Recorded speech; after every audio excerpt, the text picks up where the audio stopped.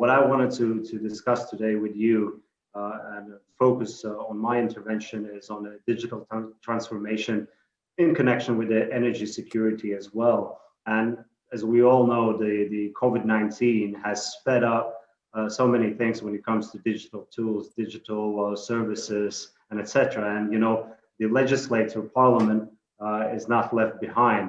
And Latvia's parliament, I think, is a prime example of that, since due to the COVID-19 restrictions, we are still able to pass the legislations, and not only on a daily basis on issues, but on such important topics as constitutional amendments or voting on the official positions for certain institutions. So therefore, I know I outlined a very vast topics to discuss. In order for me to cover all of them, I guess it will require for me 2 or 3 hours. Whereas I will try to focus on current issues when it comes to COVID-19 and what opportunities it actually opens to us when it comes to digital transformation, and as I mentioned, also in the connection with energy security. So, and as the COVID-19 pandemic has accelerated the digital transformation of our societies, and our economies are at a dazzling rate, I have to say, really at the speed of light. With just few weeks of the first lockdowns in the spring, we saw remote working, e-commerce, and online education advance as much as over a 5-year period under normal conditions. And during the coronavirus crisis, digital functionality has been critical for keeping the financial system up and running, facilitating quality customer care under extraordinary circumstances, even while the pandemic dictated minimal physical contact at all.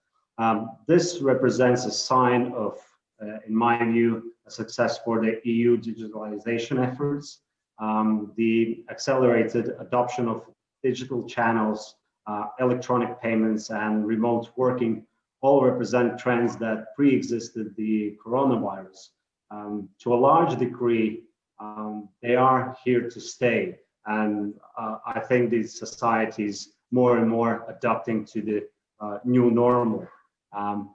So the post-COVID-19 economy will therefore be more digital than ever, and Europe will need suitable public policies that stimulate innovation and help the economy recover.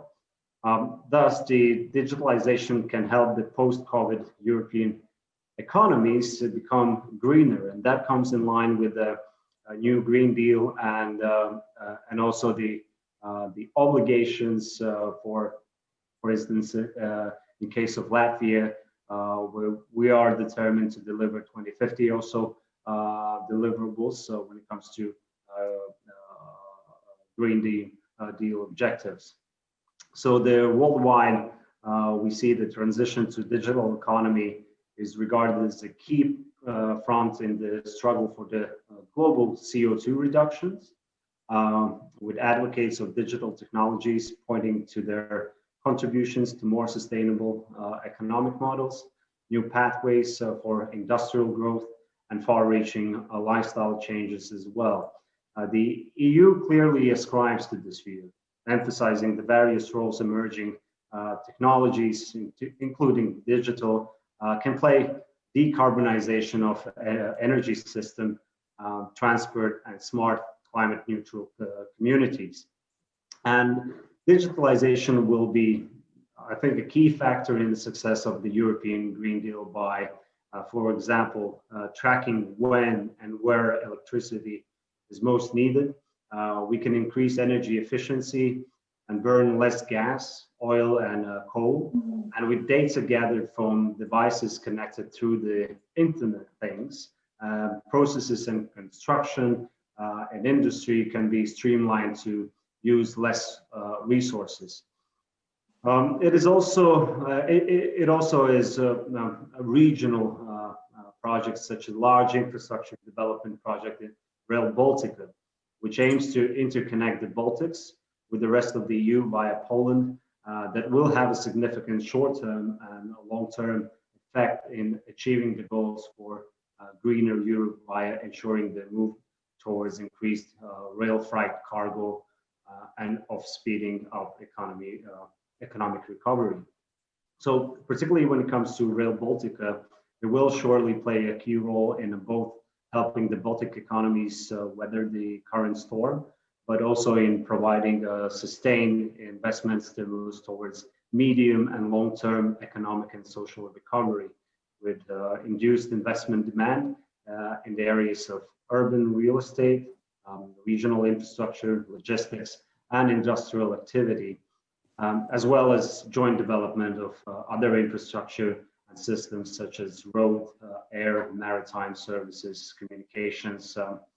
Even, right now in the light of COVID, the controversial topic in the society when it comes to 5G, but also energy, and I would say in some respect, defense area in that regard. So with our focus on digital post-COVID Europe, we should commit ourselves to previous efforts for energy security with a renewed vigor. The constant supply of energy is something we often take for granted. Society and economy need a stable and secure supply of energy at all times. The coronavirus pandemic in 2020 demonstrated how vital, reliable access to energy is for citizens and businesses, not to mention hospitals and other essential services. So strategic regional energy and transport infrastructure projects, including in framework of the 3Cs initiative, along with implementation of the the European digital agenda, were priorities for our region before the pandemic started. So more modern and developed connections are more important to expand the economic potential of the whole region. The synchronization of the electricity system of the Baltic states with the European networks through Poland remains essential for the energy security of Baltics and Poland to reduce the region's over-dependence and over-reliance on a single source of energy imports by connecting it to the full harmony to the rest of the EU 27. So the project is also orientated towards the future. And by project, I mean the 3Cs initiative, three dimensions, which is the digitalization, infrastructure, and energy security. So the new offshore energy grid will bring electricity from renewables to all countries around the Baltic Sea. So a key role is to encourage cross-border cooperation and interconnections to make energy flow more smoothly across the whole EU. And this is something where the Baltic countries are really need to step up and, in my view, speed up the initial target to synchronize the electricity market with the rest of the Europe sooner than 2025. So in all this digitalization and energy, when it comes to society, I think what is the most important aspect when we speak about digital transformation is that no one is to be left behind. And I mean the effects that comes to the society, to the skills. So rarely has the importance of technological development and innovation in the digital sector being so readily on display. The COVID-19 crisis and the lockdowns across Europe have clearly demonstrated the need for digital infrastructures and solutions more than ever before. So this is where international cooperation via formats like the OECD organization, where I am the representative from the parliament to can help for issues remote and digital governance, to digitalization of education, to the implementation of long fought over initiatives like the digital service taxation as well in that regard.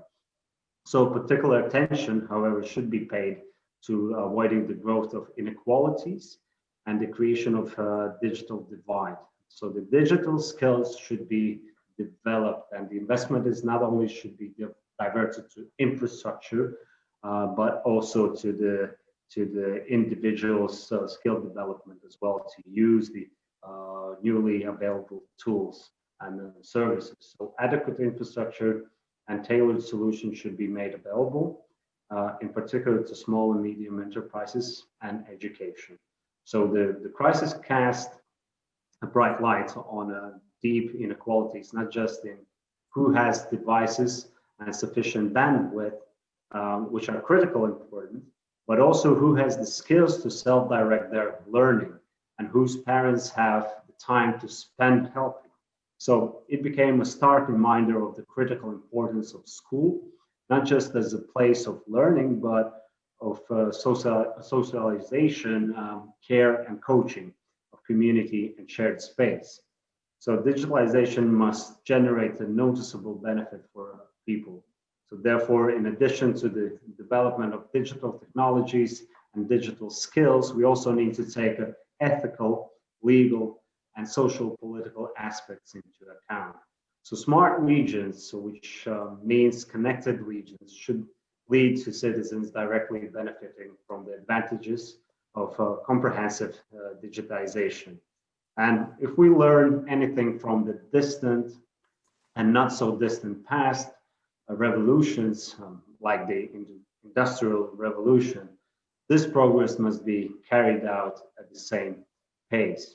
So this is the overall my analysis on where we stand when it comes to digital transformation and energy security, because everything that connects digitalization, we know the one word cannot live without, or the substance, which is energy. I mean, imagine there's no energy, there's no digital services, and other aspects of that. So I will stop here, and I'm very much pleased to interact with our audience as well. Thank you.